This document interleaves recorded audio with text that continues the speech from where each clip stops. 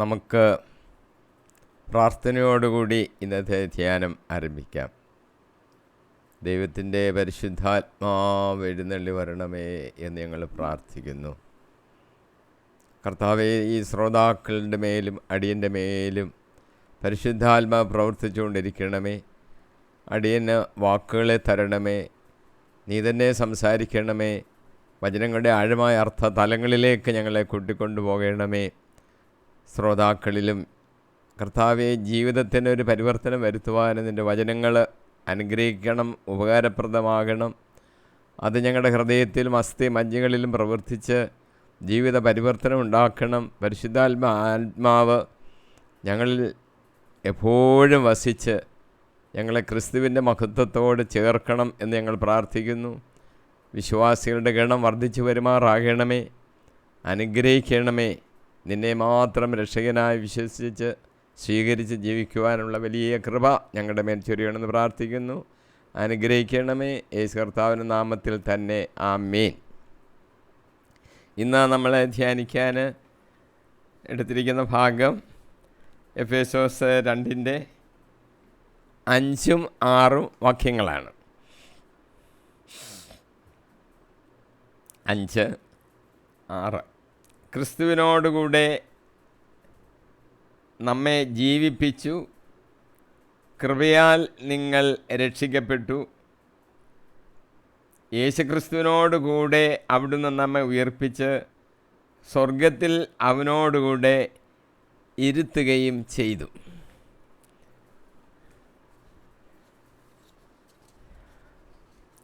യേശുക്രിസ്തുവിനോടുകൂടെ അവിടുന്ന് നമ്മെ ഉയർപ്പിച്ച് സ്വർഗത്തിൽ അവനോടുകൂടെ ഇരുത്തുകയും ചെയ്തു. നമ്മളെ ജീവിപ്പിച്ചു, ഉയർപ്പിച്ചു, ഇരുത്തുകയും ചെയ്തു. ഈ 3 വാക്കുകളുടെ പ്രയോഗത്തിൽ ക്രിസ്തുവിനോടുകൂടെ ജീവിപ്പിച്ചു, ക്രിസ്തുവിനോടുകൂടെ ഉയർപ്പിച്ചു, ക്രിസ്തുവിനോടുകൂടെ ഇരുത്തുകയും ചെയ്തു എന്നാണ് പൗലോസ് എഴുതിയിരിക്കുന്നത്. ആ 3 ക്രിസ്തുവിനോട് കൂടെ എന്നുള്ള ആ വാക്ക് പ്രയോഗമുണ്ട്. അപ്പോൾ ക്രിസ്ത്യ വിശ്വാസികൾക്ക് ക്രിസ്തുവുമായിട്ടുള്ള ഉറ്റ ബന്ധത്തെയാണ് ഇവിടെ ശക്തമായി പൗലോസ് ഉദ്ബോധിപ്പിക്കുന്നത്. സ്വർഗത്തിൽ നമ്മളെ ഇരുത്തുക, അതാണല്ലോ ജീവിതത്തിൻ്റെ, സഭയുടെ, നമ്മുടെ വിശ്വാസത്തിൻ്റെ എല്ലാം അന്തിമമായ ആ ലക്ഷ്യമെന്ന് പറയുന്നത് ക്രിസ്തുവിനോടുകൂടെ ഇരിക്കുക. നമ്മൾ ഇരുത്തുകയാണ്, നമ്മൾ പോയി ഇരുന്നാൽ മതി. അടുത്ത് പറഞ്ഞിരിക്കുന്നത് കൃപയാൽ നിങ്ങൾ രക്ഷിക്കപ്പെട്ടു. നമ്മൾ രക്ഷിക്കപ്പെടുന്നത് കൃപയാലാണെന്നുള്ള കാര്യം ഒന്ന് എടുത്തു പറയുകയാണ്.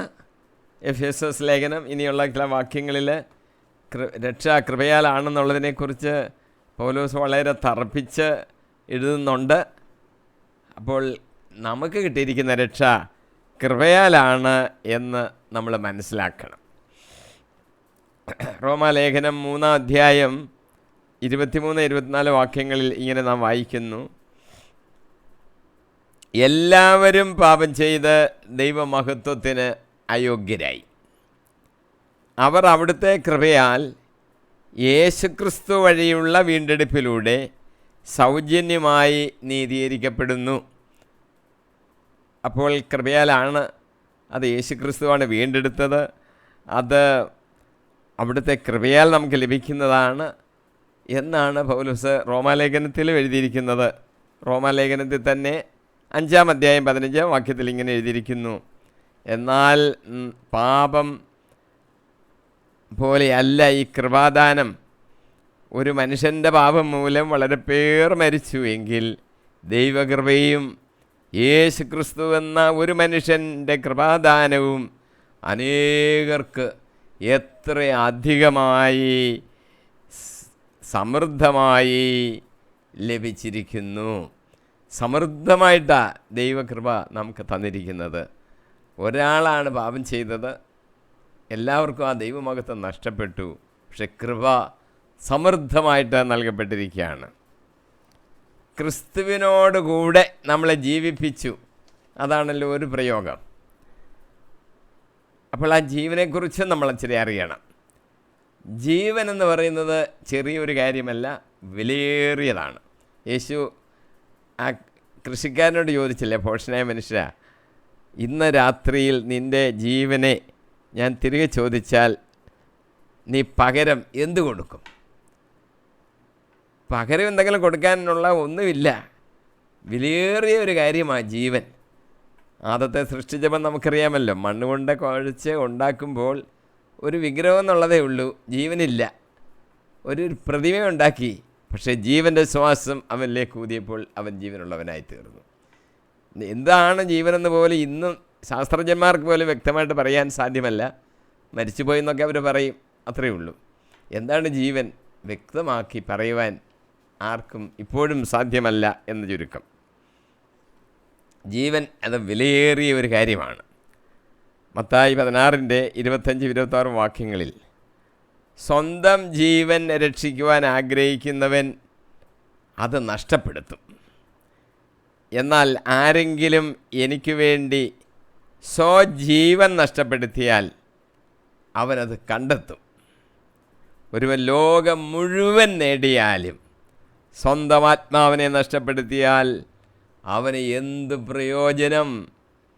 ഒരുവൻ സ്വന്തം ആത്മാവിന് പകരമായി എന്ത് കൊടുക്കും? ഇത് നമ്മൾ ജീവിച്ചിരിക്കുമ്പോൾ നമ്മളിപ്പോൾ തന്നെ ആലോചിച്ച് മനസ്സിലാക്കി വെക്കണം. ആത്മാവിന് പകരം എന്തെങ്കിലും നമുക്ക് കൊടുക്കുവാൻ സാധിക്കുമോ? ജീവനെന്ന് പറഞ്ഞാൽ തന്നെ അത് ക്രിസ്തുവാണ് ജീവൻ. അത് നമ്മൾ മനസ്സിലാക്കിയിരിക്കണം. യോഹന്നാൻ 1:4, അവനിൽ ജീവൻ ഉണ്ടായിരുന്നു, ആ ജീവൻ മനുഷ്യരുടെ വെളിച്ചമായിരുന്നു. ക്രിസ്തുവിൻ്റെ ജീവൻ വെളിച്ചമാണ്, അതിൽ ഇരുള ഒട്ടുമില്ല എന്ന് നമ്മൾ മനസ്സിലാക്കണം. ആരിലാണ് ജീവൻ? അത് ക്രിസ്തുവിലാണ് ജീവൻ. അത് അല്പജീവനൊന്നുമല്ല, സമൃദ്ധമായ ജീവനാണ്. യോഹന്നാൻ 10:10 ഇങ്ങനെ എഴുതിയിരിക്കുന്നു. യേശു പറയുകയാണ്, ഞാൻ വന്നിരിക്കുന്നത് അവർക്ക് ജീവനുണ്ടാകാനും അത് സമൃദ്ധമായി ഉണ്ടാകാനും ആണ്. മരിച്ചിരിക്കുകയാണ് പാപം ചെയ്ത്, ആ മനുഷ്യനെ ജീവൻ കൊടുക്കണം. അതിനാണ് യേശു വന്നത്. അല്പജീവൻ അങ്ങോട്ട് കൊടുക്കുകയല്ല, സമൃദ്ധമായ ജീവൻ കൊടുക്കാനാണ് യേശു കർത്താവ് ഈ ഭൂമിയിലേക്ക് മനുഷ്യനായി വന്നത്. മരിച്ചവർക്കും യേശു ജീവൻ കൊടുക്കുന്നു. യോഹന്നാൻ 11:25 ലാസറിനെ ഉയർപ്പിക്കുന്ന സന്ദർഭമാണ്. യേശു മാർത്ത ലാസറിൻ്റെ സഹോദരിയോട് പറയുകയാണ്, ഞാനാണ് പുനരുത്ഥാനവും ജീവനും. എന്നിൽ വിശ്വസിക്കുന്നവൻ മരിച്ചാലും ജീവിക്കും. മരിച്ചാലും ജീവിക്കും. ആര്? എന്നിൽ വിശ്വസിക്കുന്നവൻ. ഇത് പറയാൻ യേശുവിന് കഴിയും. വഴി, സത്യം, ജീവൻ, അത് ക്രിസ്തു തന്നെയാണ്.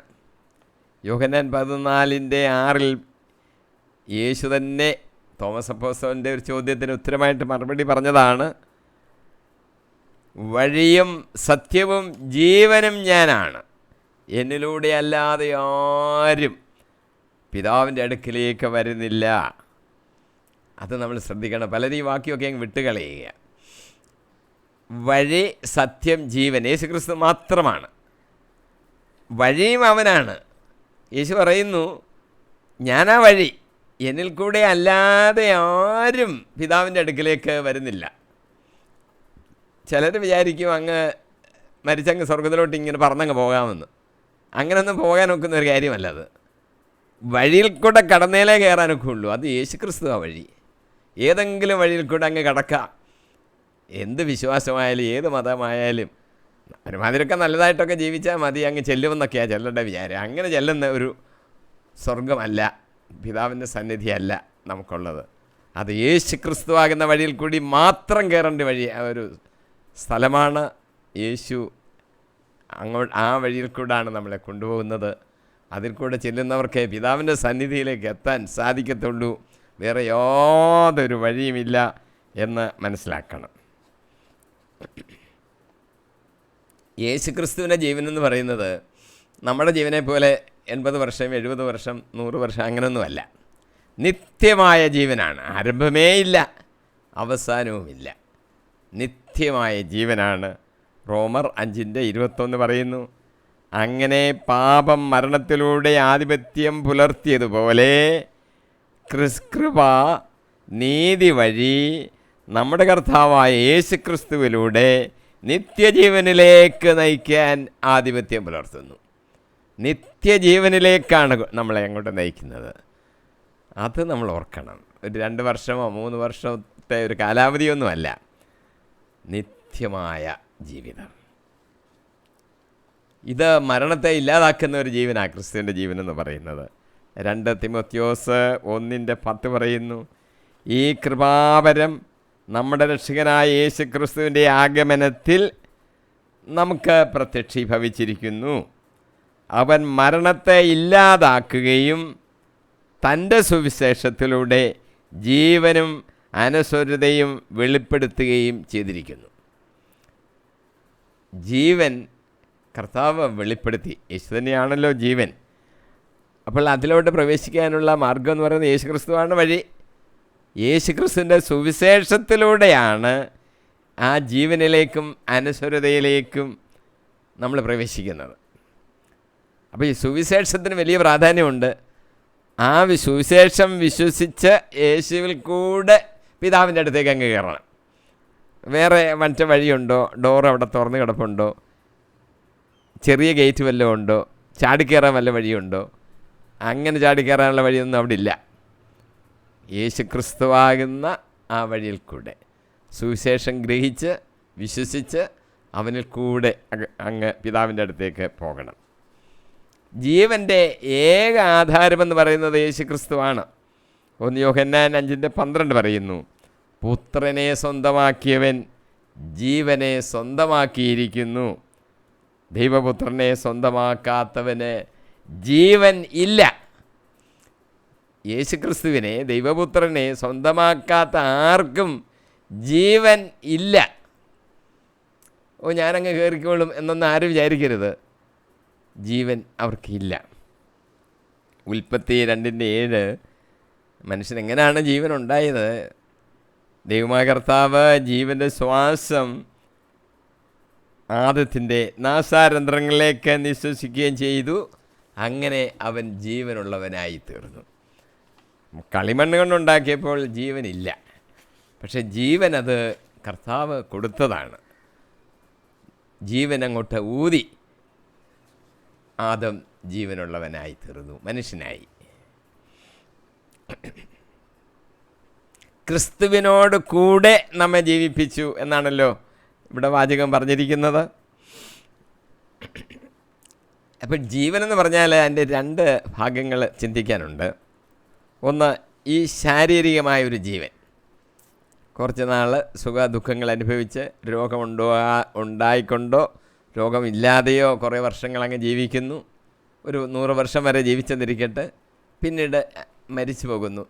ശാരീരികമായ ഒരു മരണമെന്ന് നമുക്കതിനെ പറയാം. അപ്പോൾ ശാരീരികമായൊരു ജീവനുണ്ട്. ആ ജീവൻ നമ്മളിൽ നിന്ന് മാറുമ്പോൾ ശാരീരികമായി നമ്മൾ മരിച്ചു എന്ന് നമുക്ക് പറയാം. അതുകൂടാതെ വേറൊരു ജീവനെക്കുറിച്ച് ആത്മീയമായ തലത്തിൽ ഒരു ചിന്തിക്കാനുണ്ട്. അത് വീണ്ടും ജനനത്താൽ പ്രാപിക്കുന്ന ജീവനെക്കുറിച്ചാണ്.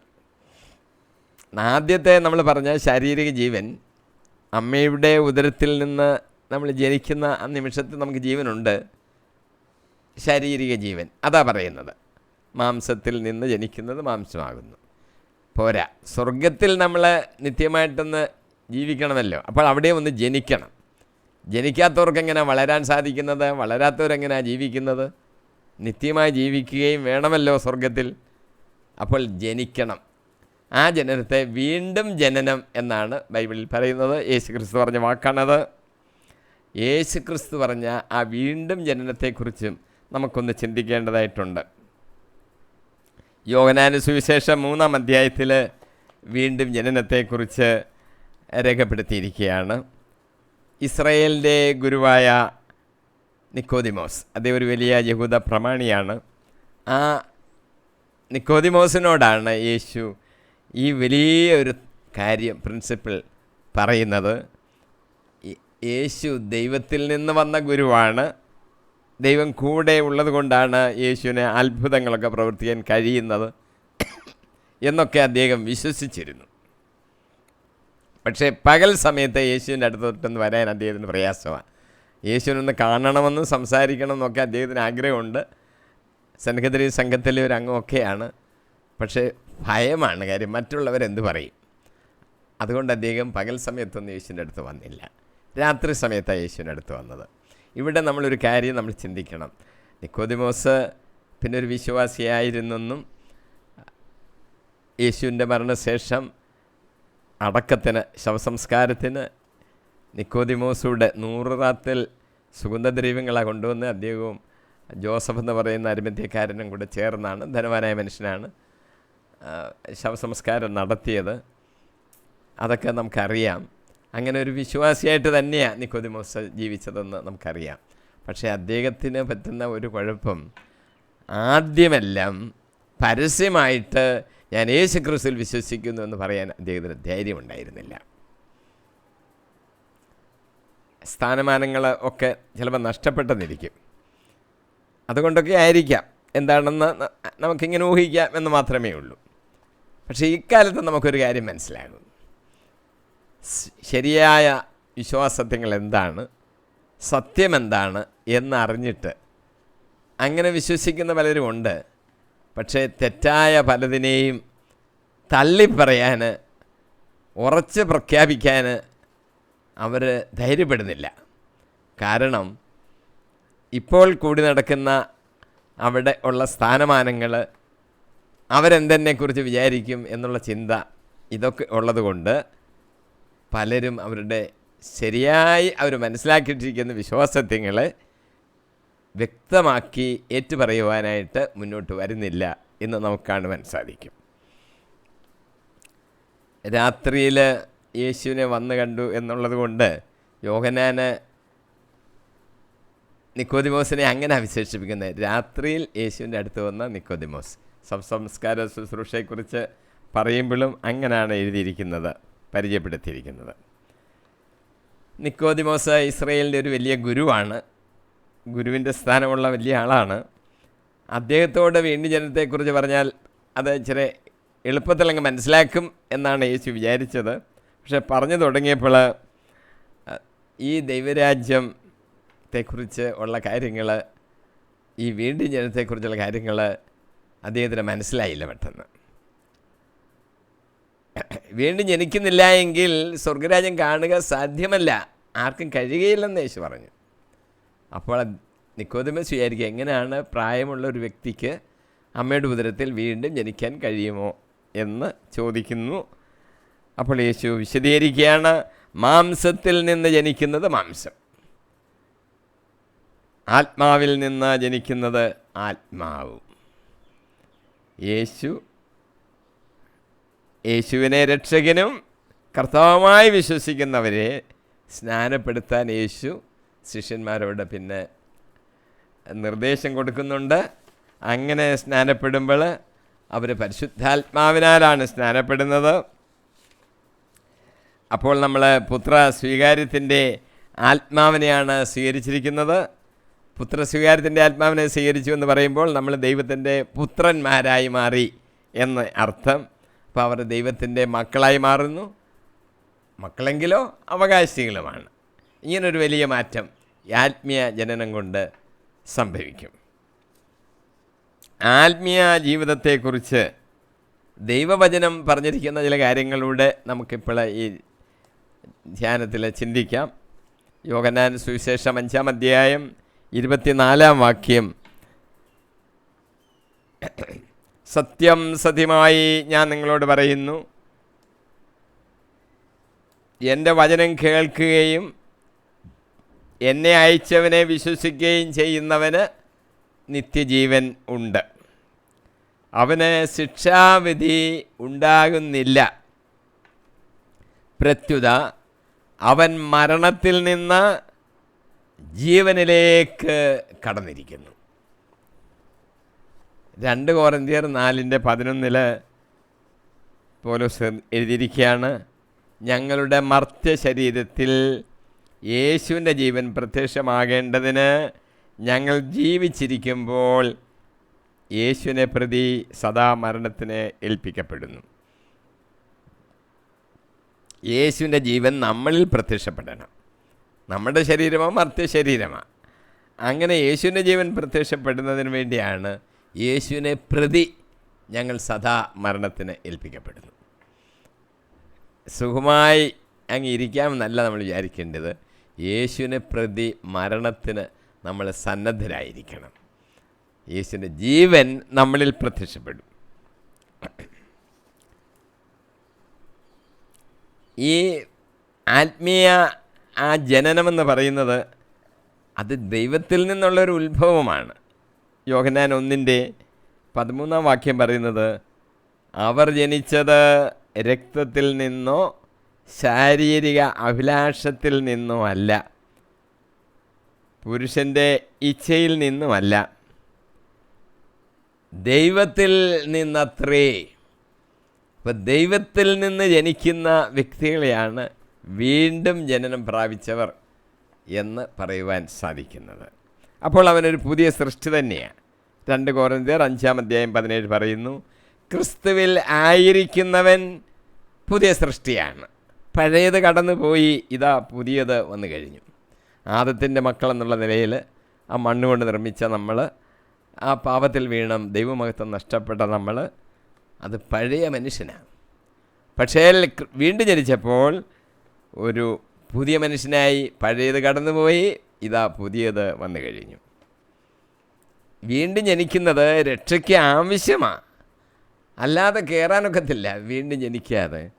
1 പത്രോസ് 1:4 അവിടുന്ന് തൻ്റെ കാരുണ്യാതിരേകത്താൽ യേശു ക്രിസ്തുവിൻ്റെ മരിച്ചവരിൽ നിന്നുള്ള ഉത്ഥാനം വഴി സജീവമായ പ്രത്യാശയിലേക്കും നിങ്ങൾക്കായി സ്വർഗത്തിൽ കാത്തു സൂക്ഷിക്കപ്പെടുന്ന അക്ഷയവും കളങ്കരഹിതവും ഒളിമങ്ങാത്തതുമായ അവകാശത്തിലേക്ക് നമ്മെ വീണ്ടും ജനിപ്പിച്ചിരിക്കുന്നു.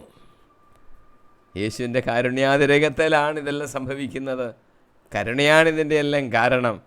നമ്മെ വീണ്ടും ജനിപ്പിച്ചിരിക്കുന്നു. 1 പത്രോസ് 1:23 നിങ്ങൾ വീണ്ടും ജനിച്ചിരിക്കുന്നത് നശ്വരമായ ബീജത്തിൽ നിന്നല്ല, അനശ്വരമായ ബീജത്തിൽ നിന്നാണ്, സജീവവും സനാതനവുമായ ദൈവവചനത്തിൽ നിന്ന്. ആ ബീജം ദൈവവചനമാണ്. നശ്വരമായ ബീജത്തിൽ നിന്ന് ജനിക്കുന്നതിനെക്കുറിച്ചല്ല, ദൈവവചനമാകുന്ന ആ ബീജത്തിൽ നിന്ന് ജനിക്കുമ്പോഴാണ് വീണ്ടും ജനനം സംഭവിക്കുന്നത്. 1 യോഹന്നാൻ 5:18 പറയുന്നു, ദൈവത്തിൽ നിന്ന് ജനിച്ച ഒരുവനും പാപം ചെയ്യുന്നില്ല. അവൻ ദൈവമക്കളല്ലേ, അവർ പാപം ചെയ്യുന്നില്ല എന്ന് മനസ്സിലാക്കണം. പിന്നെ വേറൊരു വാക്യം പറഞ്ഞിരിക്കുന്നത്, ക്രിസ്തുവിനോട് കൂടെ നമ്മളെ ഉയർപ്പിച്ചു. ജനിച്ചതിൻ്റെ കാര്യം മാത്രമല്ല, ഉയർപ്പിച്ചു. ഉയർത്തെഴുന്നേൽപ്പ് ഒരു ഭാവികാല സംഭവമായിട്ടാണ് നമ്മൾ മനസ്സിലാക്കുന്നത്. മരിച്ചു കഴിഞ്ഞിട്ടാണല്ലോ, അതാണല്ലോ നമ്മൾ സാധാരണയായി മനസ്സിലാക്കുന്നത്. പക്ഷേ ഇപ്പോൾ തന്നെ നടന്നു കഴിഞ്ഞ ഒന്നായിട്ട് അതിനെ നമുക്ക് മനസ്സിലാക്കാം. മരണശേഷം ഉയർത്തെഴുന്നേൽപ്പും പിന്നെ ന്യായവിധിയും കഴിയുമ്പോൾ സ്വർഗരാജ്യമോ നരകമോ അവരവരുടെ വിശ്വാസത്തെ അടിസ്ഥാനമാക്കി ഓരോരുത്തർക്കും ലഭിക്കുന്നു. അത് നമുക്കറിയാം. എന്നാൽ ഓരോ വിശ്വാസിക്കും ഇപ്പോൾ തന്നെ തീർത്ത് പറയുവാൻ സാധിക്കും, ഞാൻ സ്വർഗത്തിന് അവകാശിയാണ്. വിശ്വാസിക്ക് പറയുവാൻ സാധിക്കും, ഞാൻ സ്വർഗത്തിന് അവകാശിയാണ്. പലരോട് ചോദിച്ചാൽ സ്വർഗത്തിൽ പോകുമെന്ന് ചോദിച്ചാൽ അറിയത്തില്ലെന്നാണ് പറയുന്നത്. കാരണം അവൻ്റെ ഹൃദയത്തിൽ പരിശുദ്ധാത്മാവ് തോന്നിച്ച് കൊടുത്തിട്ടില്ല. അതുകൊണ്ട് അവരങ്ങനെ പറയുന്നത്. വീണ്ടും ജനിക്കുന്നവർ, പുതിയ സൃഷ്ടിയാകുന്നവർ സ്വർഗത്തിന് അവകാശികളാണ്. അവർക്ക് തീർത്ത് പറയുവാൻ സാധിക്കും. ഞാൻ സ്വർഗത്തിന് അവകാശിയാണ്, എന്നെ ഉയർപ്പിച്ച് സ്വർഗത്തിൽ ഇരുത്തിയിരിക്കുന്നു എന്ന് അവർക്ക് പറയുവാനായിട്ട് സാധിക്കും. ഫ്യൂച്ചറിൽ സംഭവിക്കുന്നൊരു കാര്യത്തെ ഇപ്പോൾ തന്നെ പറയുവാൻ സാധിക്കും, എന്നെ സ്വർഗത്തിൽ ഇരുത്തിയിരിക്കുന്നു എന്ന്. യോഹന്നാൻ സുവിശേഷം 5-ാം അധ്യായം 28-29 വാക്യങ്ങൾ. ഇതിൽ നിങ്ങൾ വിസ്മയിക്കേണ്ട, എന്തെന്നാൽ കല്ലറകളിലുള്ളവരെല്ലാം അവൻ്റെ സ്വരം ശ്രവിക്കുന്ന സമയം വരുന്നു. അപ്പോൾ നന്മ ചെയ്തവർ ജീവൻ്റെ ഉയർപ്പിനായും തിന്മ ചെയ്തവർ ശിക്ഷാവിധിയുടെ ഉയർപ്പിനായും പുറത്തു വരും. നന്മ ചെയ്തവരും തിന്മ ചെയ്യുന്നവരും പുറത്തു വരും. നന്മ ചെയ്തവർ ജീവൻ്റെ ഉയർപ്പ്, തിന്മ ചെയ്തവരോ ശിക്ഷാവിധിയുടെ ഉയർപ്പ്.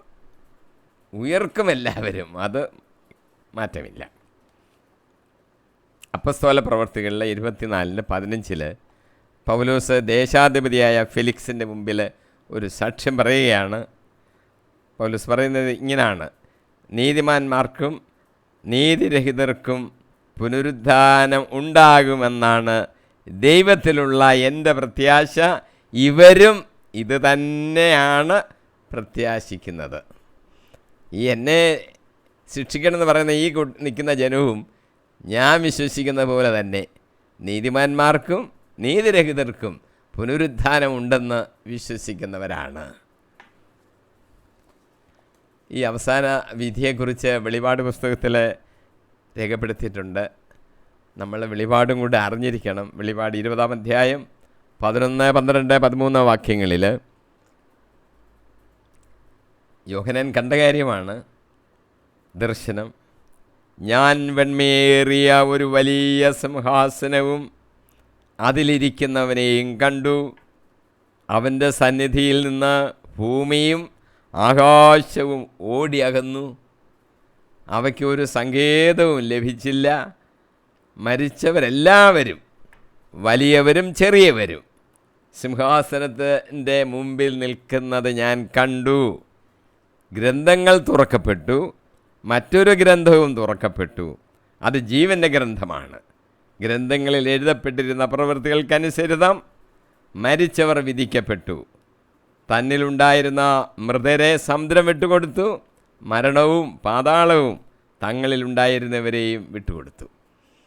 എല്ലാവരും സിംഹാസനത്തിന് മുമ്പിൽ നിൽക്കുന്നു. വിധിയാണ്. നീതിമാന്മാർക്കും നീതിരഹിതർക്കും ഈ വിധി പ്രഖ്യാപനമുണ്ട്. കുറച്ച് ഗ്രന്ഥങ്ങളൊക്കെ തുറക്കപ്പെടുന്നു. അതെന്താണെന്നൊക്കെ നമ്മളൊന്നും അറിയണം, വിശദീകരിക്കുന്നില്ല. ഒരു ഗ്രന്ഥത്തെക്കുറിച്ച് എടുത്ത് പറയുന്നു. മറ്റൊരു ഗ്രന്ഥവും തുറക്കപ്പെട്ടത് ജീവൻ്റെ ഗ്രന്ഥമാണ്. ജീവൻ്റെ ഗ്രന്ഥമെന്ന് പറയുന്നത് ലിസ്റ്റിൽ, ജയിച്ചവരുടെ ലിസ്റ്റിൽ ആരുണ്ടെന്ന് സ്കൂളിൽ ഫൈനൽ പരീക്ഷ കഴിയുമ്പോൾ പറയുമല്ലോ. അതുപോലെ ജീവൻ്റെ ഗ്രന്ഥത്തിൽ സ്വർഗത്തിൽ നിത്യജീവനിലേക്ക് പ്രാപിച്ച് ജീവിക്കേണ്ടവരുടെ പേര് എഴുതിയിട്ടുണ്ട്. അതാണ് ജീവൻ്റെ ഗ്രന്ഥം. അതിൽ പേര് നോക്കും. അതിലുള്ളവർക്കേ അവിടെ പ്രവേശനമുള്ളൂ. അതാർക്കാണ്? യേശുക്രിസ്തുവിനെ രക്ഷകനായി വിശ്വസിക്കുന്നവർക്ക് മാത്രമാണ്. കാര്യം യേശുക്രിസ്തു മാത്രമാണല്ലോ വഴി, സത്യം, ജീവൻ. യേശുക്രിസ്തുവിൽ കൂടെ ആണല്ലോ സ്വർഗത്തിലോട്ട് കയറുന്നത്. അപ്പോൾ ആ പേരെഴുതിയിട്ടുണ്ടോ നോക്കും. അവർക്ക് മാത്രമേ പ്രവേശനമുള്ളൂ. പിന്നെ നമ്മൾ പ്രതിഫലം പ്രാപിക്കും. അതാണ് മറ്റ് ഗ്രന്ഥങ്ങൾ. ഓരോരുത്തരുടെയും പ്രവൃത്തികൾക്കനുസരിച്ച്. ഒരു ഗ്ലാസ് വെള്ളം എൻ്റെ ശിഷ്യന് കൊടുത്താൽ അതിന് സമ്മാനം, അതിന് റിവാർഡുണ്ട്. 2 ഗ്ലാസ് കൊടുത്താൽ, 2 പേർക്ക് കൊടുത്താൽ അതിനൊക്കെ സമ്മാനമുണ്ട്. രോഗിയെ സന്ദർശിച്ചു, കുഷ്ഠരോഗികളെ സുഖപ്പെടുത്തുന്നു, അവരെ ചികിത്സിക്കുന്നു, വീടില്ലാത്തവർക്ക് വീട് ഉണ്ടാക്കി കൊടുക്കുന്നു. എന്തെല്ലാം ചാരിറ്റി പ്രവർത്തനങ്ങൾ ചെയ്യാനുണ്ട്. പ്രവൃത്തികൾക്കനുസരിച്ച് ഓരോരുത്തർക്കും റിവാർഡ് കൊടുക്കും. അതാണ് മറ്റ് ഗ്രന്ഥങ്ങളിൽ എഴുതിയിരിക്കുന്നതനുസരിച്ച് കൊടുക്കും എന്ന് പറഞ്ഞിരിക്കുന്നത്. പക്ഷേ ജീവൻ്റെ പുസ്തകത്തിൽ പേര് ഇല്ലാത്തവരാരും അങ്ങോട്ട് കയറുകയുമില്ല. എല്ലാവർക്കും കിട്ടുന്നതല്ല, യേശുക്രിസ്തു വിശ്വസിക്കുന്നവർക്ക് മാത്രം കിട്ടുന്ന, അവനെ കർത്താവ് രക്ഷകനുമായിട്ട് വിശ്വസിക്കുന്നവർക്ക് മാത്രം കിട്ടുന്ന സ്ഥലമാണ് ഈ സ്വർഗരാജ്യം. പാപത്തിൽ നിന്ന് ഒക്കെ ഒഴിഞ്ഞ് മനുഷ്യൻ ഒരു പുതിയ സൃഷ്ടിയായി തീരുന്നു. അതിനെ നമുക്കൊരു ആത്മീയ ഉയർപ്പ് എന്ന് നമുക്ക് കരുതാം. നമ്മൾ ഉയർപ്പിനെക്കുറിച്ച് പറഞ്ഞല്ലോ, അവസാനം ഉയർത്തെഴുന്നേറ്റു സ്വർഗത്തിലോട്ട് പോകുന്ന കാര്യം. പക്ഷേ ആത്മീയ ഒരു ഉയർപ്പ്, അങ്ങനൊരു തലവും കൂടെ നമുക്ക് ചിന്തിക്കേണ്ടതായിട്ടുണ്ട്. റോമർ 7:6 പറയുന്നു, ഇപ്പോഴാകട്ടെ നാം നമ്മെ അടിമപ്പെടുത്തിയിരുന്നതിന് മരിച്ച് നിയമത്തിൽ നിന്ന് മോചിതരായി. ഇത് ആത്മാവിൻ്റെ പുതുമയിൽ, നിയമത്തിൻ്റെ പഴമയിലല്ല, നാം ശുശ്രൂഷ ചെയ്യുന്നതിന് വേണ്ടിയാണ്. ഒരു ആത്മീയമായ ഒരു ഉയർപ്പ് സംഭവിക്കുന്നു. പഴയ മനുഷ്യനൊക്കെ മരിച്ചു. ഇനി നമ്മൾ നിയമത്തിൻ്റെ പഴമയിലല്ല ഇനി ജീവിക്കുന്നത്, ആത്മാവിൻ്റെ പുതുമയിൽ ജീവിക്കുകയാണ്. നാം ആത്മാവിൽ നിറഞ്ഞ് ആത്മാവ് തരുന്ന പ്രചോദനമനുസരിച്ച് നമ്മൾ ജീവിക്കുകയാണ്. ആത്മാവ് നിറഞ്ഞു നിൽക്കുന്നവർക്ക് ആത്മാവ് പറയുന്ന പ്രകാരം ജീവിക്കുവാൻ സാധിക്കും. ആത്മാവല്ലേ നടത്തുന്നത്. സംശയങ്ങൾ ദൈവം പരിശുദ്ധാത്മാവ് പരിഹരിച്ചു തരും. ശക്തിയാണ് പരിശുദ്ധാത്മാവ് നമുക്ക് തരും. പ്രവർത്തിക്കാനും കർത്താവിൻ്റെ കൽപ്പനകൾക്കനുസരിച്ച് ജീവിക്കാനും ആത്മനിർവ്വ് തരും, കൃപാദാനങ്ങൾ തരും, ഫലങ്ങൾ തരും. അങ്ങനെ നമുക്കൊരു ശുശ്രൂഷ, പുതുക്കത്തിൻ്റെ ഒരു ശുശ്രൂഷ ചെയ്യുവാനായിട്ട് സാധിക്കും. കൊളോസോസ് 3:1 പറയുന്നു, ക്രിസ്തുവിനോടൊപ്പം നിങ്ങൾ ഉയർപ്പിക്കപ്പെട്ടെങ്കിൽ.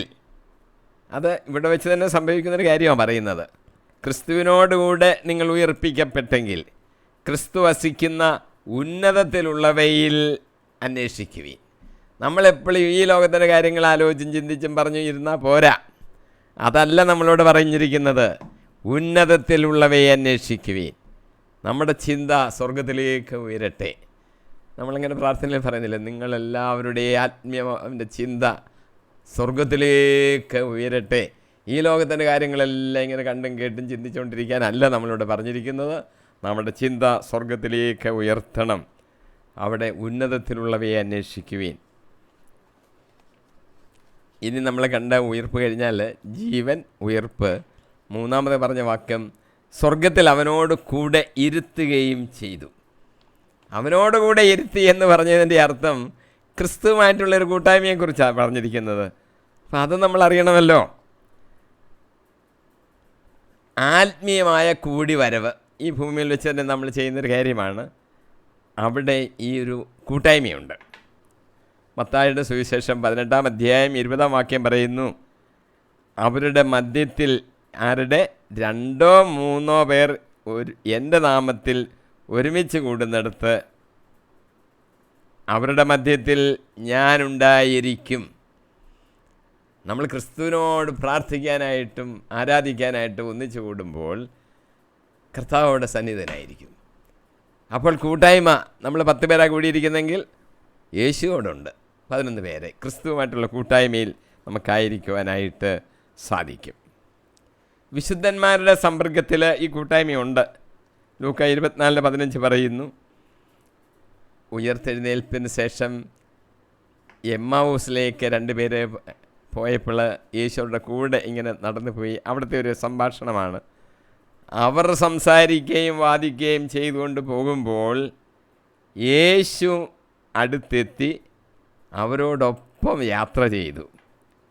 അപ്പോൾ അവൻ അവരോട് പറഞ്ഞു, ഭോഷന്മാരെ, പ്രവാചകന്മാർ പറഞ്ഞിട്ടുള്ളത് വിശ്വസിക്കുവാൻ കഴിയാത്ത വിധം ഹൃദയം മന്ദീഭവിച്ചവരെ, ക്രിസ്തു ഇതെല്ലാം സഹിച്ച് മഹത്വത്തിലേക്ക് പ്രവേശിക്കേണ്ടിയിരുന്നില്ലേ? ആരാണ് കൂടെ നടക്കുന്നത്? യേശു ക്രിസ്തു, ദൈവം തന്നെയല്ലേ. ആ കൂട്ടായ്മ നമുക്കുണ്ടാകും. അവരെ ചിന്താവിഷയം ഈ ലോകത്തിൻ്റെ കാര്യങ്ങളല്ല, മരിച്ചുയർത്തെഴുന്നേറ്റവനായ യേശു ക്രിസ്തുവിനെക്കുറിച്ചാണ് അവർ സംസാരിക്കുകയും ചിന്തിക്കുകയും ചെയ്തത് എന്ന് നമുക്ക് കാണുവാൻ സാധിക്കും. അവരുടെ ആ കൂട്ടായ്മയുടെ സംസാരത്തിൽ അവർ പിന്നെ പറയുന്നുണ്ട്, അവരുടെ ഹൃദയത്തെ അതങ്ങ് ചൂടാക്കിക്കൊണ്ടേയിരുന്നു. ലൂക്ക 24:32 പറയുന്നത്, അവർ പരസ്പരം പറഞ്ഞു, വഴിയിൽ വച്ച് അവൻ വിശുദ്ധ ലിഖിതം വിശദീകരിച്ചുകൊണ്ട് നമ്മോട് സംസാരിച്ചപ്പോൾ നമ്മുടെ ഹൃദയം ജ്വലിച്ചിരുന്നില്ലേ? യേശുവിൻ്റെ കൂട്ടായ്മയിലായിരിക്കുമ്പോൾ ഹൃദയം ഇങ്ങനെ ജ്വലിക്കും ആ വചനം കേൾക്കുമ്പോൾ. അത് ആ അനുഭവം നമുക്കുണ്ടാകും. ഇനി ഒരു കാര്യം കൂടെ മനസ്സിലാക്കണം, വിശുദ്ധ ലിഖിതം വിശദീകരിച്ചപ്പോഴാണ് ഹൃദയം ഇങ്ങനെ ജ്വലിക്കുന്നത്. നമ്മളും വിശുദ്ധ ലിഖിതങ്ങൾ വായിക്കണം. അപ്പോൾ നമ്മുടെ ഹൃദയം ദൈവത്തിൻ്റെ പരിശുദ്ധാത്മാവിൻ്റെ ശക്തിയാൽ ജ്വലിച്ചുകൊണ്ടേ ഇരിക്കും. ജീവിതത്തിൽ അത് ഒരു സമ്മർദ്ദം ചെലുത്തും. അപ്പോസ്തലപ്രവൃത്തികൾ 4:13 പത്രോസിൻ്റെയും യോഹന്നാൻ്റെയും ധൈര്യം കാണുകയും അവർ വിദ്യാവിഹീനരായ സാധാരണ മനുഷ്യരാണെന്ന് മനസ്സിലാക്കുകയും ചെയ്തപ്പോൾ അവർ അത്ഭുതപ്പെട്ടു. പത്രോസും യോഹന്നാനും ഒക്കെ നല്ല ധൈര്യത്തിൽ ഇങ്ങനെ പ്രസംഗിക്കുന്നു. ഒന്നും അറിയാൻ വയ്യാത്ത വിദ്യാവിഹീനരായ ആൾക്കാരല്ലേ ഇവർ എന്ന ആൾക്കാർ അവർക്കറിയാതെ. അതുകൊണ്ട് ഇവരുടെ പ്രസംഗം കേട്ടപ്പോൾ അവരങ്ങ് അത്ഭുതപ്പെട്ടു. ഒരു കാര്യം അവർ മനസ്സിലാക്കി, അവർ യേശുവിൻ്റെ കൂടെ ഉണ്ടായിരുന്നവരാണെന്ന് ഗ്രഹിക്കുകയും ചെയ്തു. സാക്ഷ്യം പറഞ്ഞാലും ഈ കൂട്ടായ്മയുണ്ടാകും. സാക്ഷ്യം ഈ കൂട്ടായ്മയ്ക്ക് സഹായകമാകും. 1 യോഹന്നാൻ 1:3 ഞങ്ങൾ കാണുകയും കേൾക്കുകയും ചെയ്തത് നിങ്ങളെയും ഞങ്ങൾ അറിയിക്കുന്നു. ഞങ്ങളുമായി നിങ്ങൾക്ക് കൂട്ടായ്മയുണ്ടാകേണ്ടതിനാണ് ഞങ്ങളിത് പ്രഘോഷിക്കുന്നത്. ഞങ്ങളുടെ കൂട്ടായ്മയാകട്ടെ പിതാവിനോടും അവിടുത്തെ പുത്രനായ യേശുക്രിസ്തുവിനോടുമാണ്. യോഹന്നാൻ പറയുന്നു, യോഹന്നാൻ്റെ കൂട്ടായ്മ ആരുമായിട്ടൊക്കെയാണ്? പിതാവായ ദൈവത്തോടും അവിടുത്തെ പുത്രനായ യേശുക്രിസ്തുവിനോടുമാണ്. എന്നിട്ട് പറഞ്ഞിരിക്കുന്നത് ഞങ്ങൾ കാണുകയും കേൾക്കുകയും ചെയ്തത്. 3.5 വർഷം കൂടെ താമസിച്ചു, കണ്ടു, കേട്ടു, ഉയർത്തെഴുന്നേറ്റ യേശുവിനെ കണ്ടു, തൊട്ട് മനസ്സിലാക്കുന്ന ആൾക്കാരാണല്ലോ യോഹന്നാനും കൂട്ടരും. ഞങ്ങൾ കണ്ടതും കേട്ടതുമാണ് നിങ്ങളെ അറിയിക്കുന്നത്. അല്ലാതെ ആരെങ്കിലും പറഞ്ഞ് കേട്ടതൊന്നുമല്ല. ഞങ്ങൾ കണ്ണുകൊണ്ട് കണ്ടത്, അതാണ് ഞാൻ നിങ്ങളെ അറിയിക്കുന്നത്. ഞങ്ങൾ നിങ്ങളോട് തന്നെ ഇത് പറയുന്നത്, ഞങ്ങളുടെ കൂടെ നിങ്ങൾക്കൊരു കൂട്ടായ്മ ഉണ്ടാകണം. അതിനുവേണ്ടി ഞങ്ങൾ കൂട്ടായ്മ ഉണ്ടാക്കിയിരിക്കുന്ന ഇവിടെ പിതാവിനോടും യേശുവിനോടും. അപ്പോൾ ആ കൂട്ടായ്മയിൽ നിങ്ങൾക്കും പങ്കു കിട്ടണം. അതിനാണ് ഞങ്ങളിതൊക്കെ പറയുന്നത് എന്ന്. നമ്മളെന്തിനാണ് ഈ സുവിശേഷം ലോകം മുഴുവൻ കൊണ്ടുപോയി അറിയിക്കുന്നത്? ഈ കൂട്ടായ്മ ഉണ്ടാകണം. പിതാവിനോടും പുത്രനോടും നമുക്കെല്ലാവർക്കും കൂടെ ഒരു കൂട്ടായ്മ ഇതുണ്ടാകണം. അതിനാണ് നമ്മളിത് അറിയിച്ചുകൊണ്ടിരിക്കുന്നത്. വിശ്വാസികളെ ഇതിനായിട്ട് വിളിച്ചിരിക്കുകയാണ്. 1 കൊരിന്ത്യർ 1:9 തൻ്റെ പുത്രനെ നമ്മുടെ കർത്താവുമായ യേശു ക്രിസ്തുവിൻ്റെ സഹവാസത്തിലേക്ക് നിങ്ങളെ വിളിച്ച ദൈവം വിശ്വസ്തനാണ്. നമ്മൾ യേശുവിൻ്റെ സ്വരം കേൾക്കണം. വെളിപാടിൻ്റെ 3:20 ആരെങ്കിലും എൻ്റെ സ്വരം കേട്ട് വാതിൽ തുറന്നു തന്നാൽ ഞാൻ അവൻ്റെ അടുക്കിലേക്ക് വരും, ഞങ്ങൾ ഒരുമിച്ച് ഭക്ഷിക്കുകയും ചെയ്യും. അതാണ് കൂട്ടായ്മ. യേശുക്രിസ്തുവിനോട് കൂടെ ചേർന്ന് ഭക്ഷണം കഴിക്കാനുള്ള കൂട്ടായ്മ. എന്ത് ചെയ്യണം? യേശുവിൻ്റെ സ്വരം കേട്ട് വാതിലൊന്ന് തുറന്നു കൊടുക്കണം. കർത്താവ് വരും, നമ്മൾ ഒന്നിച്ചിരുന്ന് ഭക്ഷണം കഴിക്കുന്ന ആ കൂട്ടായ്മ ഉണ്ടാകും. ക്രിസ്തു നമ്മളിൽ അധിവസിക്കുന്നു, അത് നമ്മൾ അറിഞ്ഞിരിക്കണം. അത് നമുക്ക് മനസ്സിലാകുന്നത് പരിശുദ്ധാത്മാവിനാൽ നമ്മൾ മനസ്സിലാക്കിയതാണ്. യോഹന്നാൻ 4:20 ഞാൻ പിതാവിലും നിങ്ങൾ എന്നിലും ഞാൻ നിങ്ങളിലും ആണെന്ന് ആ ദിവസം നിങ്ങൾ അറിയും. ക്രിസ്തുവിനെ ലോകമറിയണം. യോഹന്നാൻ 17:23 അവർ പൂർണ്ണമായി ഒന്നാകേണ്ടതിന് ഞാൻ അവരിലും അവിടുന്ന് എന്നിലുമായിരിക്കുന്നു. യേശു കർത്താവ് പിതാവായ ദൈവത്തോട് പറയുകയാണ്, അങ്ങനെ അങ്ങ് എന്നെ അയച്ചു എന്നും അങ്ങ് എന്നെ സ്നേഹിച്ചതുപോലെ തന്നെ അവരെയും സ്നേഹിച്ചുവെന്നും ലോകം അറിയട്ടെ.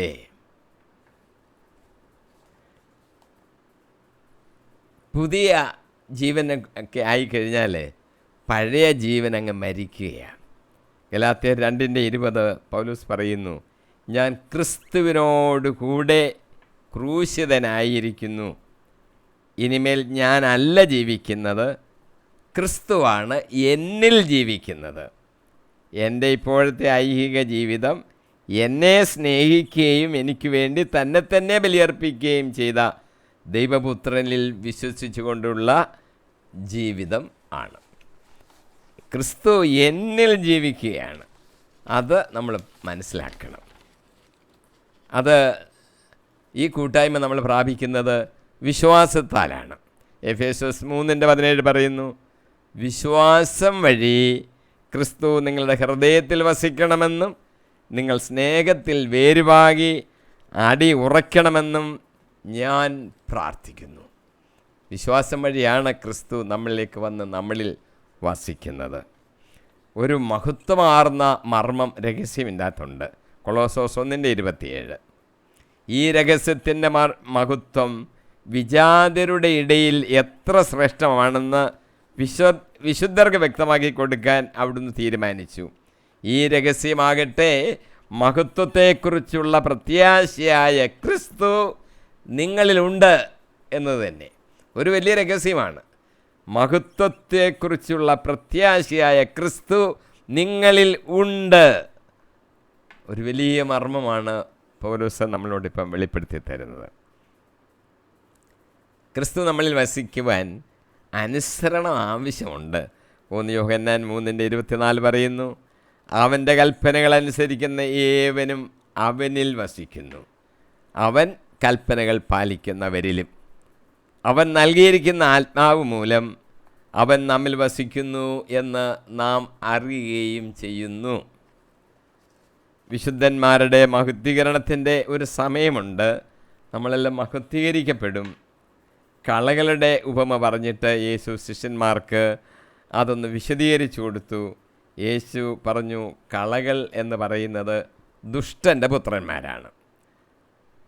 മത്തായിയുടെ സുവിശേഷം 13:40-43 വാക്യങ്ങളിൽ യേശു പറയുകയാണ്, കളകൾ ശേഖരിച്ച് അഗ്നിക്ക് ഇരയാക്കുന്നത് എങ്ങനെയോ അങ്ങനെ തന്നെ യുഗാന്തത്തിലും സംഭവിക്കും. മനുഷ്യപുത്രൻ തൻ്റെ ദൂതന്മാരെ അയക്കും. അവർ അവൻ്റെ രാജ്യത്തിൽ നിന്ന് എല്ലാ പാപഹേതുക്കളെയും തിന്മ പ്രവർത്തിക്കുന്നവരെയും ഒരുമിച്ച് കൂട്ടി അഗ്നികുണ്ഡത്തിലേക്ക് എറിഞ്ഞു കളയും. അവിടെ വിലാപവും പല്ലുകടിയുമായിരിക്കും. അപ്പോൾ നീതിമാന്മാർ തങ്ങളുടെ പിതാവിൻ്റെ രാജ്യത്തിൽ സൂര്യനെ പോലെ പ്രശോഭിക്കും. ചെവിയുള്ളവൻ കേൾക്കട്ടെ. മഹത്വീകരിക്കപ്പെടും എന്ന് ചുരുക്കം. ഫിലിപ്പിയർ 3:21 പറയുന്നു, സകലത്തെയും തനിക്ക് കീഴ്പ്പെടുത്താൻ കഴിയുന്ന ശക്തി വഴി അവൻ നമ്മുടെ ദുർബല ശരീരത്തെ തൻ്റെ മഹത്വമുള്ള ശരീരം പോലെ രൂപാന്തരപ്പെടുത്തും. നമ്മുടെ ശരീരം ദുർബലമാണ്. ചിലർക്ക് കൂടുതൽ ദുർബലമായിരിക്കും ശരീരം, പക്ഷേ രൂപാന്തരപ്പെടുത്തും കർത്താവ്. മഹത്വമുള്ള ശരീരം പോലെ, തൻ്റെ മഹത്വമുള്ള ശരീരം പോലെ, ക്രിസ്തുവിൻ്റെ മഹത്വമുള്ള ശരീരം പോലെ നമ്മുടെ ശരീരത്തെ രൂപാന്തരപ്പെടുത്തും. കൊളോസോസ് 3:4 നമ്മുടെ ജീവനായ ക്രിസ്തു പ്രത്യക്ഷനാകുമ്പോൾ അവനോടുകൂടെ നിങ്ങളും മഹത്വത്തിൽ പ്രത്യക്ഷപ്പെടും. ഇപ്പോഴത്തെ അവസ്ഥയൊക്കെ അങ്ങ് മാറും. ബലഹീനതകളൊക്കെ മാറും. ശരീരത്തിന് വേദനയുണ്ടോ? കാല് നടക്കാൻ വയ്യായോ? കൈ വിഷമിക്കുന്നോ? എല്ലാ ബലഹീനതകളും മാറും. ക്രിസ്തുവിൻ്റെ മഹത്വത്തിൽ നമുക്ക് പങ്കുണ്ട്. സങ്കീർത്തനം 73:24 ഉപദേശം തന്ന് അങ്ങ് നയിക്കുന്നു, പിന്നീട് അവിടുന്ന് എന്നെ മഹത്വത്തിലേക്ക് സ്വീകരിക്കും. നമ്മുടെ രക്ഷയ്ക്ക് കൃപ ആവശ്യമായിരിക്കുന്നത് പോലെ നമ്മുടെ എല്ലാ ആവശ്യങ്ങൾക്കും അവൻ്റെ കൃപ നമുക്ക് മതിയാകും. അപ്പോൾ പല ആവശ്യങ്ങൾ കൊണ്ടാണല്ലോ മനുഷ്യൻ ഞെരുങ്ങുന്നത്. കർത്താവിൻ്റെ കൃപയുണ്ടെങ്കിൽ പിന്നെ ഒന്നിനും കൊണ്ട് ഭാരപ്പെടേണ്ട. ആ കൃപ നമുക്ക് മതിയാകും. എൻ്റെ കൃപ നിനക്ക് മതി എന്നാണല്ലോ പൗലോസിനോട് പറഞ്ഞത്. നമുക്ക് ഓരോരുത്തർക്കും ക്രിസ്തുവിൻ്റെ കൃപ നൽകപ്പെട്ടിട്ടുണ്ട്. എഫേസോസ് 4:7 പറയുന്നു, നമുക്ക് ഓരോരുത്തർക്കും ക്രിസ്തുവിൻ്റെ ദാനത്തിനനുസൃതമായി കൃപ നൽകപ്പെട്ടിരിക്കുന്നു. കൃപയുണ്ടെങ്കിൽ പിന്നെ നമുക്കെല്ലാം കർത്താവ് അങ്ങ് നടത്തിക്കോളൂ. തനിക്ക് ലഭിച്ച ദൈവകൃപയെക്കുറിച്ച് പൗലോസ് ഇങ്ങനെ പറയുന്നുണ്ട്. 1 തിമോത്തിയോസ് 1:12-13 വാക്യങ്ങളിൽ, എന്നെ ശക്തിപ്പെടുത്തുന്ന നമ്മുടെ കർത്താവായ യേശു ക്രിസ്തുവിന് ഞാൻ നന്ദി പറയുന്നു. എന്തെന്നാൽ തൻ്റെ ശുശ്രൂഷയ്ക്കായി എന്നെ നിയമിച്ചുകൊണ്ട് അവൻ എന്നെ വിശ്വസ്തനായി കണക്കാക്കി. മുമ്പ് ഞാൻ അവനെ നിന്ദിക്കുകയും പീഡിപ്പിക്കുകയും അധിക്ഷേപിക്കുകയും ചെയ്തു. എങ്കിലും എനിക്ക് കരുണ ലഭിച്ചു. കാരണം അറിവില്ലാതെ അവിശ്വാസിയായിട്ടാണ് ഞാൻ പ്രവർത്തിച്ചത്. കർത്താവിൻ്റെ കൃപ യേശുക്രിസ്തുവിലുള്ള വിശ്വാസത്തോടും സ്നേഹത്തോടുമൊപ്പം എന്നിലേക്ക് കവിഞ്ഞ് ഒഴുകി. പഴയ ജീവിതം കർത്താവിനെ നിന്ദിക്കുക, അധിക്ഷേപിക്കുക ഒക്കെ ചെയ്ത് ജീവിച്ചു. ഞാനൊരു പാപിയായിരുന്നെന്നാണ് പൗലോസ് പറയുന്നത്. പക്ഷേ ഇപ്പോഴോ കർത്താവിൻ്റെ കൃപ എന്നിൽ കവിഞ്ഞ് ഒഴുകി. എൻ്റെ വക്വരയല്ല, കവിഞ്ഞ് ഒഴുകത്തക്കവണ്ണമാണ് തരുന്നത്. കർത്താവിൻ്റെ വിശ്വാസത്തോടും സ്നേഹത്തോടും ഒപ്പം ആ കൃപ എന്നിൽ കവിഞ്ഞ് ഒഴുകി. പിന്നീട് പൗലോസ് പറഞ്ഞിരിക്കുന്നൊരു വാചകം, എന്നെ ശുശ്രൂഷയ്ക്കായി നിയമിച്ചല്ലോ, എന്നെ അവൻ വിശ്വസ്തനായി കണക്കാക്കി. ഒരു ശുശ്രൂഷകന് വേണ്ടിയിരിക്കുന്ന നല്ല ഒരു ഏറ്റവും വിലയേറിയ ക്വാളിറ്റി, സ്വഭാവവിശേഷമാണ് വിശ്വസ്തനായിരിക്കുക എന്നുള്ളത്. വിശ്വസ്തയോടുകൂടി നമ്മൾ ഏൽപ്പിച്ചിരിക്കുന്ന ജോലി നമ്മൾ പൂർത്തിയാക്കണം. അതാണ് നല്ല ശുശ്രൂഷയും ചെയ്യേണ്ടത്. പൗലോസ് പറയുന്നു, കർത്താവ് എന്നെ വിശ്വസ്തനായ ശുശ്രൂഷകനായിട്ട് കണക്കാക്കി. അങ്ങനെ പറയാൻ നമുക്കും കഴിയണം. പാപികൾക്കും കാരുണ്യം ലഭിക്കുമെന്ന് തൻ്റെ ജീവിതത്തെ ദൃഷ്ടാന്തീകരിച്ചുകൊണ്ട് പൗലോസ് ചൂണ്ടിക്കാണിക്കുന്നു. പാപികളിൽ ഒന്നാമനാണ് താൻ എന്ന് പൗലോസ് പറയാറുണ്ട്. 1 തിമോത്തിയോസ് 1:16, പാപികളിൽ ഒന്നാമനാണ് ഞാൻ, എങ്കിലും എനിക്ക് കാരുണ്യം ലഭിച്ചു. നമ്മൾ വിചാരിക്കരുത് പൗലോസായ ഏറ്റവും വലിയ പാപി, അങ്ങനെയൊന്നും വിചാരിക്കണ്ട. പൗലോസ് അത് പറയാൻ കാരണം പൗലോസ് അത്ര ചെയ്തു പോയ പാപത്തെക്കുറിച്ച് അനുതപിക്കുന്നത് കൊണ്ടാണ്. കർത്താവിനെ തള്ളിപ്പറഞ്ഞവനാണല്ലോ, അവനെ വേണ്ടാന്നും ആ ക്രിസ്ത്യ വിശ്വാസം തന്നെ ഈ ലോകത്തു നിന്ന് ഉന്മൂലനം ചെയ്യാൻ പരിശ്രമിച്ച വ്യക്തിയായിരുന്നല്ലോ പൗലോസ്. ആ ദുഃഖം പൗലോസ് രേഖപ്പെടുത്തുകയാണ്. അതുകൊണ്ടാണ് പൗലോസ് പറയുന്നത് ഞാൻ പാപികളിൽ ഒന്നാമനാണെന്ന്. നമ്മൾ വിചാരിക്കരുത് ഏറ്റവും വലിയ പാപി പൗലോസാ എന്ന് വിചാരിക്കരുത്. പൗലോസ് പറയുന്നത് എനിക്ക് കാരുണ്യം ലഭിച്ചു. ഈ പാപിയായിരുന്ന എനിക്കും കരുണ ലഭിച്ചു എന്നുള്ളതിലാണ് പ്രാധാന്യം. അത് നിത്യജീവൻ ലഭിക്കാൻ യേശുക്രിസ്തുവിൽ വിശ്വസിക്കാനിരിക്കുന്നവർക്ക് ഒരു മാതൃകയാകത്തക്ക വിധം പാപികളിൽ ഒന്നാമനായി എന്നിൽ അവൻ്റെ പൂർണ്ണമായ ക്ഷമ പ്രകടമാകുന്നതിന് വേണ്ടിയാണ്. അത് ഒരു മാതൃകയായിത്തിരിക്കണം എല്ലാവർക്കും. അതിനാണ് എന്നിൽ ഇത്ര കൃപ യേശു ചൊരിഞ്ഞത്. ക്രിസ്തുവിനോടുകൂടെ നമ്മെ ഉയർപ്പിച്ചു എന്ന് പറയുമ്പോൾ ക്രിസ്തുവിൻ്റെ ഉയർപ്പിനെക്കുറിച്ച് നമുക്കൊരു പൂർണ്ണമായ ഉറപ്പ് ഉണ്ടായിരിക്കണം. ക്രിസ്തുവിനോടുകൂടെ നമ്മളെ ഉയർപ്പിച്ചു, ക്രിസ്തു ഉയർത്തിയിട്ടില്ലെങ്കിലോ ഇതെല്ലാം മണ്ടത്തരമല്ലേ. അപ്പോൾ ക്രിസ്തുവിൻ്റെ ഉയർപ്പിനെക്കുറിച്ച് നമുക്കൊരു പൂർണ്ണ ഉറപ്പ് ഉണ്ടായിരിക്കണം. ക്രിസ്തുവിൻ്റെ പുനരുത്ഥാനത്തെക്കുറിച്ച് പ്രവചനങ്ങളുണ്ട്, ദൂതന്മാരത് പ്രഖ്യാപിച്ചിട്ടുണ്ട്, അനിഷേധ്യമായ തെളിവുകളുണ്ട്. പുനരുദ്ധാനത്തിന് ശേഷം ക്രിസ്തുവിൻ്റെ പ്രത്യക്ഷതകൾ എല്ലാം ഉണ്ട്. അതൊക്കെ തെളിവാണ്, ധാരാളം മതിയാകും. സങ്കീർത്തനം 49:15 പറയുന്നു, ദൈവം എൻ്റെ പ്രാണനെ പാതാളത്തിൻ്റെ പിടിയിൽ നിന്ന് വിടുവിക്കും, അവിടുന്ന് എന്നെ സ്വീകരിക്കും. പ്രവചനമാണ്. മത്തായി 16:21, അപ്പോൾ മുതൽ യേശു താൻ വധിക്കപ്പെടുമെന്നും എന്നാൽ 3-ാം ദിവസം ഉയർപ്പിക്കപ്പെടുമെന്നും ശിഷ്യന്മാരെ അറിയിച്ചു തുടങ്ങി. മത്തായി 28:5-6, ദൂതൻ സ്ത്രീകളോട് പറഞ്ഞു, ഭയപ്പെടേണ്ട, ക്രൂശിക്കപ്പെട്ട യേശുവിനെയാണ് നിങ്ങൾ അന്വേഷിക്കുന്നതെന്ന് എനിക്കറിയാം. അവൻ ഇവിടെയില്ല, താൻ അരുളി ചെയ്തതുപോലെ അവൻ ഉയർപ്പിക്കപ്പെട്ടു. അപ്പോൾ ദൂതന്മാരത് പറഞ്ഞു. അവിടെ നിന്ന് കള്ളമില്ലല്ലോ. ഒരു കാര്യം അവിടെ പറഞ്ഞത് ശ്രദ്ധിച്ചോണം. ദൂതന്മാർ സ്ത്രീകളോട് പറഞ്ഞത്, നിങ്ങൾ അന്വേഷിക്കുന്നത് ക്രൂശിക്കപ്പെട്ട യേശുവിനെയാണ്. ഇപ്പോൾ അന്വേഷിക്കേണ്ടത് ഉയർത്തെഴുന്നേറ്റവനായ യേശുവിനെയാണ്. കർത്താവിൻ്റെ ക്രൂശിലാൽ മരണത്താൽ നമുക്ക് രക്ഷ ലഭിച്ചു കഴിഞ്ഞു. തള്ളിക്കളയല്ല. അത് നമ്മൾ എപ്പോഴും ഹൃദയത്തിലുണ്ടായിരിക്കണം. നന്ദി ഉണ്ടായിരിക്കണം, കൃതജ്ഞത ഉണ്ടായിരിക്കണം. ഇപ്പോൾ നമ്മൾ അവനെ അന്വേഷിക്കേണ്ടത് എവിടെയാണ്? അവൻ ഉയർത്തെഴുന്നേറ്റ് കഴിഞ്ഞു. ഉയർത്തെഴുന്നേറ്റവനായ യേശുവിനെയാണ്. അവൻ്റെ ശരീരമെന്ന് പറയുന്നത് മഹത്വീകൃതമായ ശരീരമാണ്.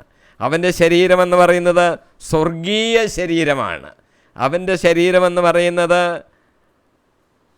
പഴയ മനുഷ്യൻ്റെ ശരീരമല്ല, ആത്മീയ ശരീരമാണ്. അതൊക്കെ നമ്മൾ മനസ്സിലാക്കി വേണം നമ്മളെ ക്രിസ്തുവിൽ വിശ്വസിക്കുവാൻ.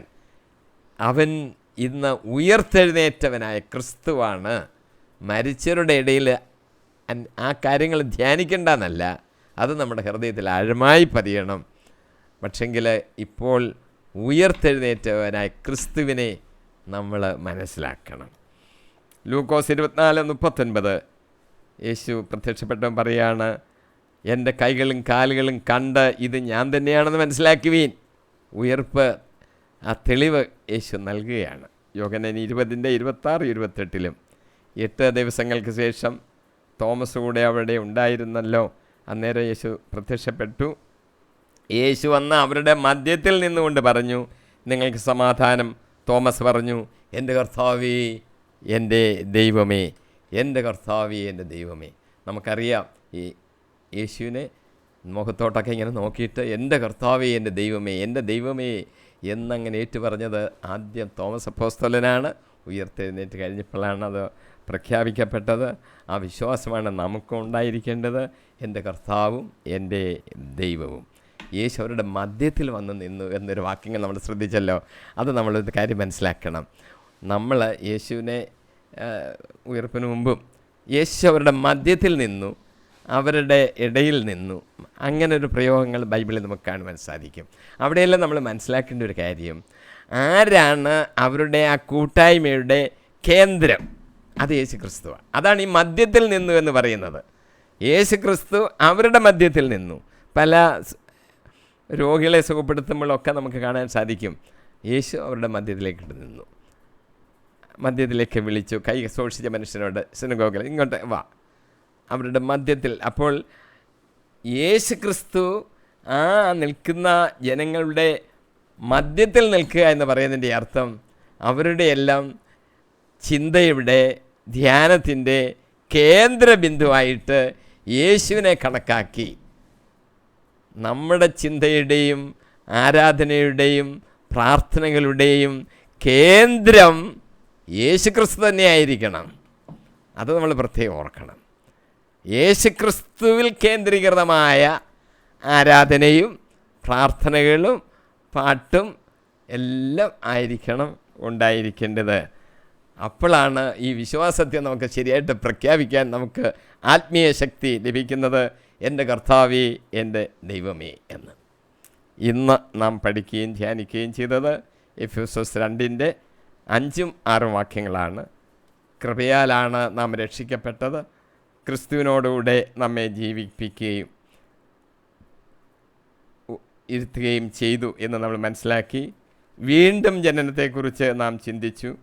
ആത്മീയ ജീവിതത്തെക്കുറിച്ച് നാം ചില കാര്യങ്ങൾ പഠിച്ചു.